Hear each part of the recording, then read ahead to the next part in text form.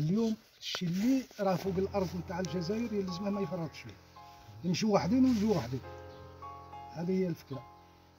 والحمد لله يا رب لك الحمد، راهم عندنا الرجاله اللي راهم واقفين كما كان واقف الجيش التحرير، وهو الجيش الوطني الشعبي.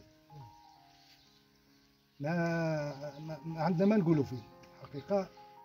الله ينصرهم والله يحفظهم ان شاء الله. وكل راكم جيش، كل الشباب راهم جيش، اللي ما راهش في الجيش يلحق به والله نهار اللي يتحاز له يلقاه. هذه هي الوطنيه، وهذا هم الناس اللي لازمهم ما يفرطوش في هذه البلاد. راهم مشوا عليها خيار الرجال، مشوا ما كاينين الرجال اللي ما كان حيزهم لا جوع ولا عطش ولا مال ولا كانوا يعني داهم حب نتاع الجهاد والحقره نتاع الاستعمار، ماهوش باقيين يحكم فيهم وما يعيشوش تحت السيطره. ولادي قال لك باختصار ما نكسروش ونكثروا الكلام. الله قال برانا معليش مؤكد لنا وجهنا غير رساله للشباب تاع اليوم، كيما نقولوا راه بالك ما عاناش، راه في الخير. اليوم راه كاين حوايج راه ما شحال حقا فهمني. بالتضحيه باش لحقنا هذه القضيه. ما كانش معزز منهم الانسان من روحه، ضحى باش الشعب يعيش في الاستقلال والرايه تطلع.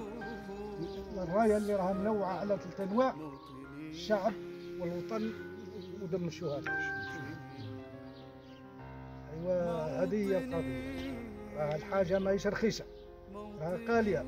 ايها الشباب تهلاو في بلادكم، وكما راني قلت لكم الجيش الوطني الشعبي ومن وراه الشباب.